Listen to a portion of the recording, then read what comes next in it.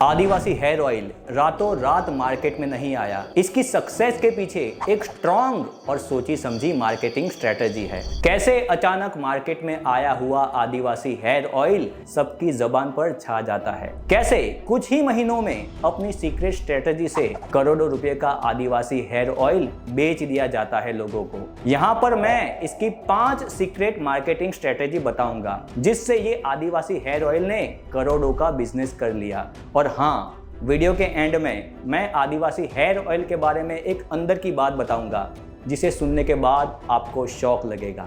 आदिवासी hair oil की marketing 5 step में हुई है, जिसे पहले से ही डिसाइड कर लिया गया था कि किस तरह से मार्केटिंग करके आदिवासी हेयर ऑयल को करोड़ों लोगों तक पहुंचाया जाएगा और बेचा जाएगा। स्टेप 1 है स्ट्रेटेजिक ब्रांडिंग एंड पोजिशनिंग। पहले स्टेप में इस प्रोडक्ट की ब्रांडिंग और पोजिशनिंग पर ध्यान रखा गया, मतलब एक नाम ढूंढा गया, आदिवासी। आदिवासी वर्ड को सोच समझ के ही चूज किया गया था, जिससे प्रोडक्ट पूरी तरह से नेचुरल और ट्रेडिशनल लगे। आदिवासी वर्ड ने एक भरोसेमंद इमेज बनाई, जैसे कि हर्बल, आयुर्वेदिक, नेचुरल। ये कुछ ऐसे वर्ड्स हैं जिसे सुनते ही हमारे दिमाग में सीधा एक सेटिस्फेक्शन होता है, क्योंकि किसी ग्राहक, कोई भी ग्राहक हो, कोई प्रोडक्ट तभी खरीदता है जब वो पूरी तरह से वो प्रोडक्ट खरीदने के लिए संतुष्ट हो। केमिकल से भरे प्रोडक्ट के ज़माने में आदिवासी, हर्बल, आयुर्वेदिक जैसे वर्ड्स हमारे दिमाग में सीधा एक ट्रस्ट पैदा कर देते हैं, जिसे ये लोगों ने अपनी मार्केटिंग के लिए यूज़ कर लिया। इसके साथ ही उन्होंने प्रोडक्ट को नेचर्स सीक्रेट के तौर पर पोजीशन किया, जो जनरेशन से आदिवासी लोगों द्वारा यूज़ किया जा रहा है। ये पोजीशनिंग उन लोगों को टारगेट करती है जो मॉडर्न हेयर केयर प्रोडक्ट में केमिकल से बचना चाहते हैं। ऐसे स्टेप 1 से अच्छी सेटिस्फेक्शन दे ऐसी इमेज बनाई गई। अब आता है step 2, authentic story and target audience identification. इस ऑयल की शुरुआत एक बेहद इमोशनल और ऑथेंटिक कहानी से होती है, जो कर्नाटका के पक्षीराजपुरा गांव की हक्की पिक्की आदिवासी कम्युनिटी से है। इस कहानी ने प्रोडक्ट को एकदम नेचुरल और रियल दिखाया, जिससे लोगों का इस पर विश्वास बढ़ा। उन्होंने बताया कि ये ऑयल 108 जड़ी बूटियों से बना है, जो आदिवासी लोग जंगल से इकट्ठा करते हैं। इस स्टेप का सबसे इंपॉर्टेंट हिस्सा था target the right audience. Adivasi hair oil ने उन लोगों को मेनली टारगेट किया जो बाल झड़ने, गंजापन, सफेद बाल और डैंड्रफ जैसी समस्याओं से जूझ रहे हैं, क्योंकि अभी के वर्ल्ड में स्ट्रेस और जंक फूड खाने से लोगों में हेयर लॉस का प्रॉब्लम काफी तेजी से बढ़ रहा है। इस प्रोडक्ट ने उन्हें एक उम्मीद दी कि उनकी हेयर प्रॉब्लम का सॉल्यूशन आ गया है, और ये लोग इस प्रोडक्ट के तरफ अट्रैक्ट हो गए। ये 2 स्टेप से क्लीन और अट्रैक्टिव इमेज बनाई गई। अभी ये चीज को पूरे इंडिया में फैलाना बाकी था, जिसे उन्होंने स्टेप 3 से किया, जो है इन्फ्लुएंसर मार्केटिंग, जिसमें बड़े बड़े इन्फ्लुएंसर के साथ आदिवासी हेयर ऑयल का कोलैबोरेशन कराया गया।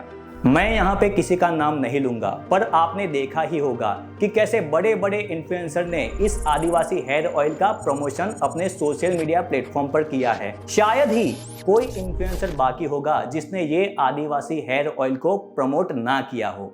ये सारे के सारे इन्फ्लुएंसर अपने मिलियंस ऑफ फॉलोअर के बीच आदिवासी हेयर ऑयल को अपने सभी प्लेटफॉर्म पर प्रमोट करते हुए नजर आए। इस तरह इन्फ्लुएंसर मार्केटिंग ने प्रोडक्ट की रीच को बहुत तेजी से बढ़ाया, खासकर यूथ के बीच जो हमेशा सोशल मीडिया पर ज्यादा टाइम बिताती है। इन्फ्लुएंसर ने प्रोडक्ट की खूबियों को इस तरीके से पेश किया कि वो सीधे ही उन लोगों के दिल तक पहुंच गई। हद तो तब हो गई जब उन्होंने प्राइम मिनिस्टर नरेंद्र मोदी के नाम को ही यूज करके उसका मार्केटिंग कर लिया, जिसमें मोदी जी अपनी एक स्पीच में हक्की पिक्की कम्युनिटी का जिक्र करते हुए नजर आते हैं, जिसमें वो सिर्फ इतना ही कहते हैं कि उन्हें इनसे मिलने का मौका मिला।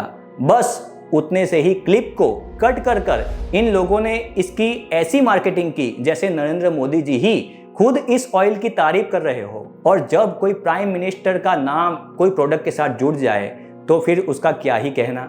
ऐसी ताबड़तोड़ मार्केटिंग ने आदिवासी हेयर ऑयल को सबकी आंखों के सामने ला दिया। अब तक सबको पता चल गया कि मार्केट में आदिवासी नाम का हेयर ऑयल आ चुका है। सबको चारों तरफ ये हेयर ऑयल ही दिखाया गया, जिससे वो डिमांड में आ गया। और अब लोग इसके बारे में सर्च करने लगे तो लोगों का ब्रांड पर ज्यादा ट्रस्ट दिलाने का काम स्टेप 4 ने किया। स्टेप 4 है emotional visual content and building trust. इस स्टेप में इंप्रेसिव विजुअल कंटेंट और ट्रस्ट बिल्डिंग पर ज्यादा फोकस किया गया। उनके एड्स में ऑयल बनाने की प्रोसेस को बहुत ही ऑथेंटिक तरीके से दिखाया गया। इसमें ग्रामीण इलाके में रहने वाले आदिवासी लोगों को जड़ी बूटियां को इकट्ठा करते हुए दिखाया गया, जिससे प्रोडक्ट पूरी तरह से नेचुरल और खास लगा। इसमें ना कोई मशीन दिखाई गई, ना ही कोई बड़ी हाइजेनिक कंपनी, बस टोकरियों में भरी हुई कुछ जड़ी बूटियां और एक बड़े पतीले में ऑयल। इस चीज ने लोगों के दिलों में एक प्रोडक्ट की इमेज बना दी, जिससे लोगों को विश्वास हुआ कि ये प्रोडक्ट सच में इफेक्टिव और केमिकल फ्री है।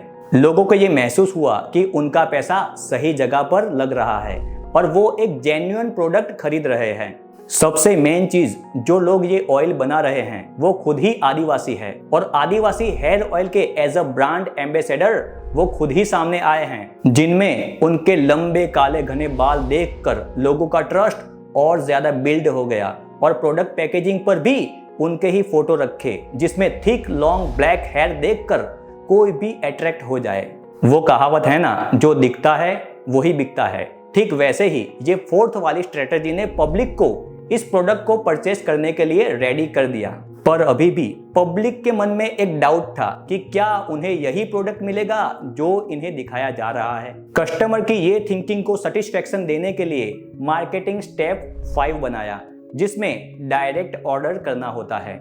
आदिवासी हेयर ऑयल की डुप्लीकेसी ना हो, उसके लिए इन लोगों ने कोई भी डीलर्स नहीं बनाए और जब जब किसी भी इन्फ्लुएंसर से वीडियो बनवाए तब तब हमेशा अपने पीछे एक पोस्टर रखा, जिसमें कॉन्टेक्ट नंबर्स लिखे हुए दिखाई देते हैं और सारे इन्फ्लुएंसर भी अपने वीडियो में भी यही कॉन्टेक्ट नंबर को ज्यादा हाईलाइट करते हैं और कहते हैं कि आप यहां से डायरेक्ट फोन करके मंगाओ और आप वीडियो कॉल भी कर सकते हो, ताकि आप जिन लोगों को वीडियो में देख रहे हो वही लोग आपको वीडियो कॉल में भी दिखेंगे और आप डायरेक्ट इन्हीं से ही प्रोडक्ट परचेस कर सकते हो। ये सबसे ज्यादा इंपॉर्टेंट स्टेप था, क्योंकि ये चीज से कोई भी कस्टमर प्रोडक्ट परचेस कर ही लेगा। और तो और उन्होंने आदिवासी हेयर ऑयल को ई कॉमर्स प्लेटफॉर्म जैसे कि अमेज़न, फ्लिपकार्ट पर भी नहीं रखा।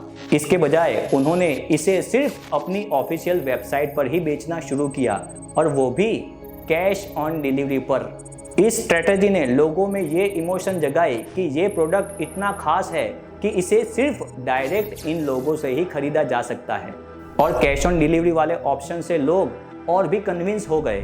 लोगों को ज़्यादा ट्रस्ट होने लगा कि चलो ठीक है, पहले पैसा नहीं देना, पहले प्रोडक्ट मिलेगा उसके बाद ही हमें पैसा देना है। आप ही सोच लो कि आप कौन सा प्रोडक्ट ऑर्डर करोगे, जिसमें पहले पैसा देना पड़ता हो या फिर प्रोडक्ट मिलने के बाद पैसा देना पड़ता हो। जाहिर सी बात है, अगर कोई भी चीज़ अमेज़न या फ्लिपकार्ट पर होती तो आप पहले पैसा दे के इसे खरीद लेते, पर ऐसे डायरेक्ट फ़ोन करके या किसी भी वेबसाइट से कोई प्रोडक्ट परचेस करने के लिए कोई भी इंसान कैश ऑन डिलीवरी का ऑप्शन ही चूज़ करेगा। बस इसी चीज़ ने इसे खरीदने के लिए और भी ज़्यादा मोटिवेट कर दिया लोगों को, और फिर इसकी ताबड़तोड़ सेलिंग शुरू हो गई।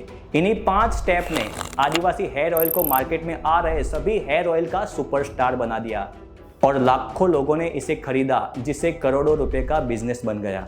मैंने आपको वीडियो में स्टार्टिंग में ही कहा था कि मैं आदिवासी हेयर ऑयल के बारे में एक अंदर की बात आपको बताऊंगा। वो बात यह है कि आप जरा सोच कर देखिए, इतनी डिटेलिंग वाली मार्केटिंग स्ट्रेटेजी सच में क्या इन आदिवासी लोगों ने बनाई है? ये लोगों को तो सिर्फ फ्रंट में दिखाया गया है, जबकि इसके पीछे सचमुच कोई मास्टरमाइंड है ही, जिसने इतनी एग्रेसिव मार्केटिंग की और इन्फ्लुएंसर और सभी टाइप के मार्केटिंग में नदी की तरह पैसा बहाया और समुंदर की तरह पैसा कमाया। ये मेरा पर्सनल ओपिनियन है, आप भी अपना ओपिनियन कमेंट बॉक्स में दे सकते हो। वीडियो अच्छा लगा हो तो वीडियो को लाइक करना, चैनल को सब्सक्राइब करना। Thank you.